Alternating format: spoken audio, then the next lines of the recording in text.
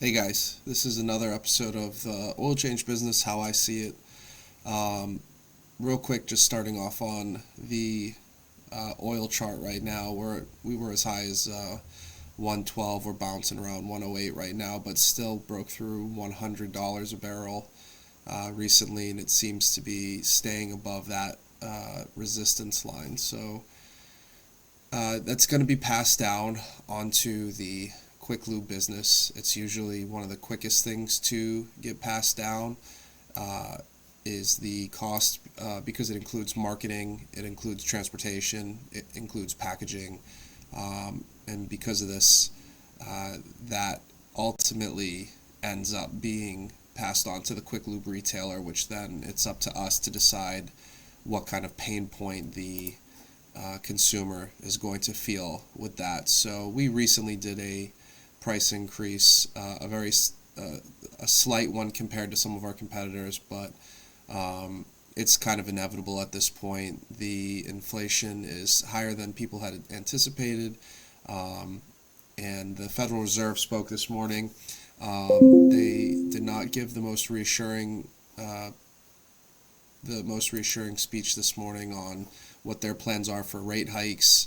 That kind of, for me at least personally, I'd rather them go hard one way or the other, be dovish, be hawkish, but don't waffle in the middle because that creates uncertainty and that's when things get volatile. So, in any case, what I wanted to talk about today on this episode is a little bit about what's going on with Ford.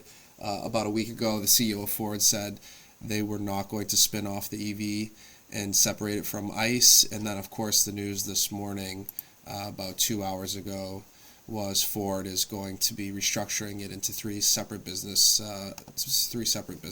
with the electric vehicles being its own individual entity, but within Ford, and so that is an interesting take. It seems as though it might be a specific move for them to unlock the market cap that electric vehicles through Tesla has created.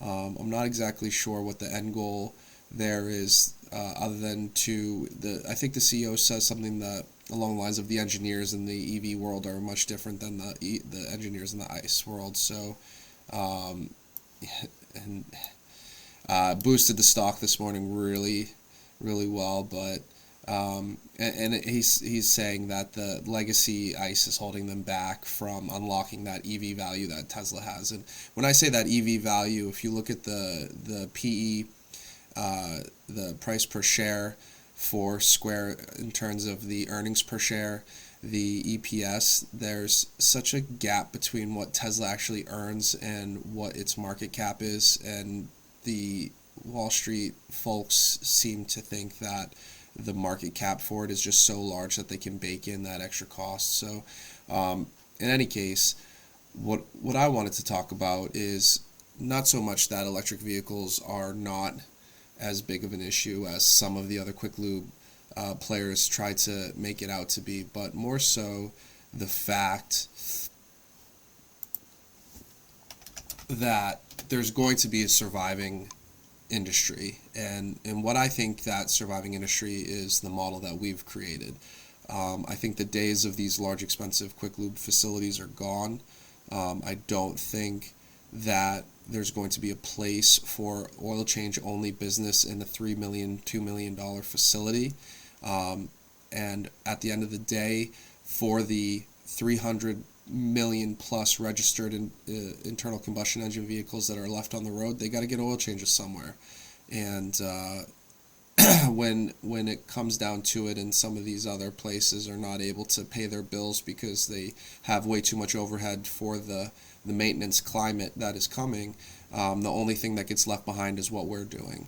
And so we think we're positioned really well to have that scaling through our sales of franchises to be able to take over that role. And so thus far, things are going really well. We've begun the process of construction on several sites. We've got a lot of our franchisees engaged in post lease uh, post-leased projects such as permitting, hearings, things of that nature. And so right now we're feeling really good about where we are and what needs to happen. So I think that the oil change business itself is going to have to evolve if it wants to continue to refer to itself as the oil change business. If you're doing tires and brakes, so doesn't Midas, so doesn't Meineke, so doesn't Pep Boys. They do all of those things. They also do oil changes, so why can't they call themselves an oil change business?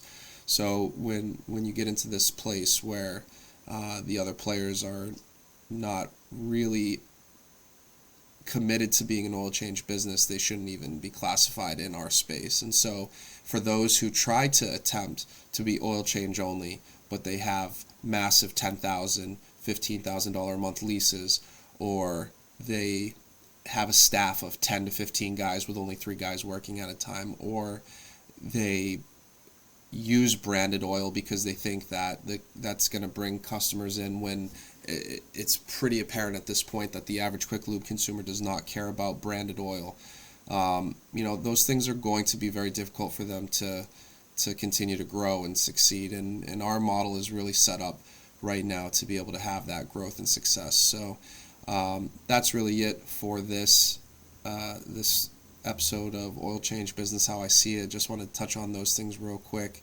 Appreciate anyone who's tuning in. You can email me, Costa, COSTA, @COSTAOILS.com. Thanks.